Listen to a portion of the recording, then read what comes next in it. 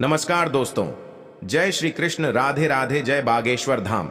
सरकार दोस्तों, भूलकर भी तुलसी में ऐसा जल कभी मत चढ़ाना। पूरा घर बर्बाद हो जाता है, पूरा घर कंगाल हो जाएगा, घर में गरीबी आ जाएगी। तो पूरी जानकारी के लिए वीडियो को अंत तक जरूर देखिएगा। दोस्तों, सच्ची श्रद्धा से कमेंट में जरूर लिखें जय मां तुलसी। दोस्तों, वास्तुशास्त्र के अनुसार तुलसी का पौधा बहुत पवित्र माना जाता है। शास्त्रों में ऐसा भी लिखा गया है कि तुलसी का पौधा भगवान नारायण और लक्ष्मी जी को बहुत ही प्रिय है। शास्त्रों के अनुसार जहां पर तुलसी का पौधा होता है तो वहां पर साक्षात महालक्ष्मी स्थायी रूप से वास करती हैं। आपको बता दें कि जो व्यक्ति सही तरीके से तुलसी की पूजा पाठ और देखभाल अगर कर लेता है तो सदैव महालक्ष्मी उसके घर में अपना स्थान बना लेती है। लेकिन तुलसी के कुछ वास्तु नियमों का आपको ध्यान रखना चाहिए। ऐसे में आइए जानते हैं उन वास्तु नियमों के बारे में। तो ऐसे में चलते हैं और सुनते हैं गुरुजी से कि वह क्या कहते हैं इसके बारे में। हिंदू धार्मिक मान्यताओं के अनुसार तुलसी के पौधे में धन की देवी मां लक्ष्मी का वास होता है। ऐसी मान्यता है कि प्रतिदिन तुलसी की पूजा करने से घर में समृद्धि आती है और आर्थिक परेशानियां कम हो जाती हैं।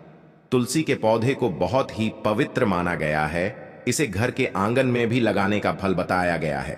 ऐसे में आइए जान लेते हैं तुलसी के महत्वपूर्ण नियमों के बारे में। नंबर 1, तुलसी के पौधे में प्रतिदिन पूजा पाठ और शाम को दीपक जलाने से व्यक्ति की सभी इच्छाएं पूरी हो जाती हैं।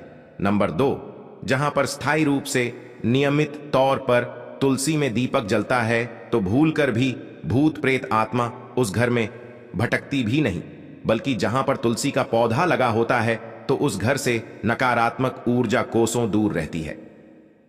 नंबर 3, नियमित तौर पर तुलसी के दर्शन करने और हाथ जोड़ने से व्यक्ति के सभी पाप खत्म हो जाते हैं। ऐसे में उसके अंदर एक नई ऊर्जा का संचार होता है जो उसे कामयाब बनाती है। नंबर 4, यदि आपका कारोबार कम चलता हो या पूरी तरह से ठप हो गया हो तो ऐसे में आप परेशान न हो। हर शुक्रवार के दिन तुलसी के पौधे में कच्चा दूध चढ़ाते रहे, आपकी परेशानी जल्दी ही दूर हो जाएगी। तुलसी माता अपने भक्तों को कभी निराश नहीं करती। नंबर 5, अगर आपके घर में पैसों की तंगी रहती है और घर की जमा पूंजी धीरे धीरे कम होती जा रही है तो ऐसे में आप तुरंत तुलसी का पौधा घर पर ले आए और नियमित इसकी पूजा करें और देखें। तुलसी माता का चमत्कार। नंबर 6, शास्त्रों के अनुसार तुलसी माता अगर जिस व्यक्ति पर मेहरबान हो जाए तो उसे गरीब से राजा बना देती है। इसीलिए माता लक्ष्मी की सच्चे दिल से जो व्यक्ति पूजा पाठ करता है उसे उसका फल अवश्य मिलता है। नंबर 7, 100 गुना। फल की प्राप्ति के लिए विष्णु भगवान की पूजा में तुलसी के पत्तों का बहुत महत्व है। गुरुजी कहते हैं अगर आपके पास भगवान को चढ़ाने के लिए कोई भोग ना हो तो केवल तुलसी का पत्ता चढ़ा दे, वो प्रसन्न हो जाते हैं। वैसे तो प्रत्येक देवी देवता की पूजा में तुलसी दल का उपयोग किया जाता है, लेकिन भगवान शंकर और गणेश की पूजा में तुलसी का उपयोग नहीं किया जाता।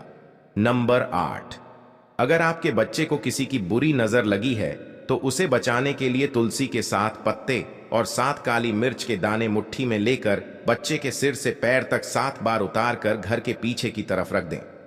सब ठीक हो जाता है। ये आपको क्लॉकवाइज डायरेक्शन में घुमाना है, यानी घड़ी ही की सुई की दिशा में उतारना है।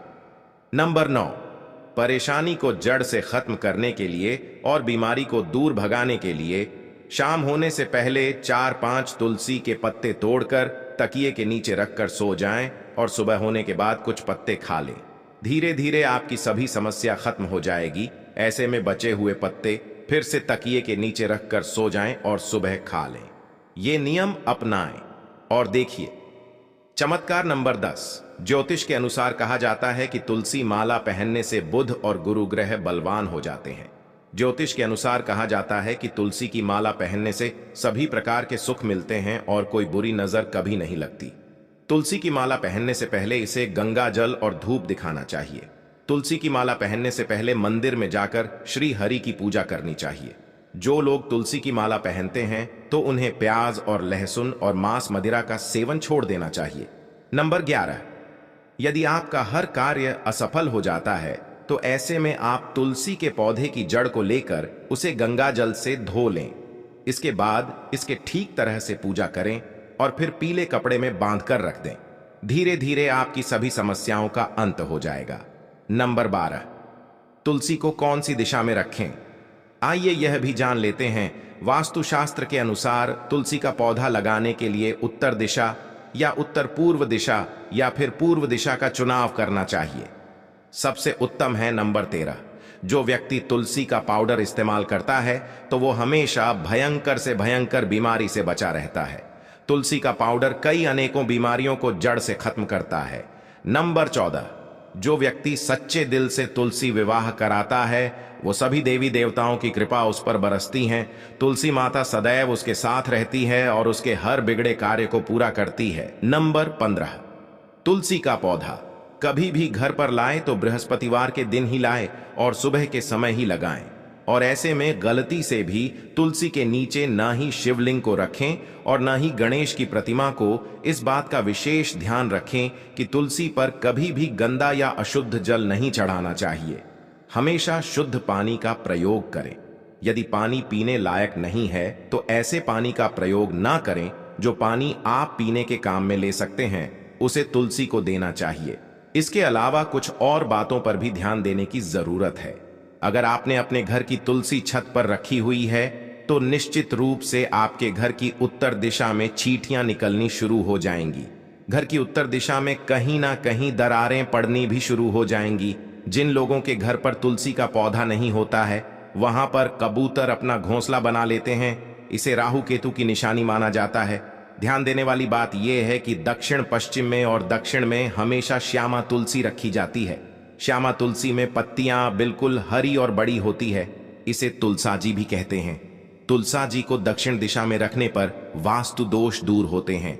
दोस्तों, तुलसी को घर की छत पर रखना शुभ नहीं माना जाता।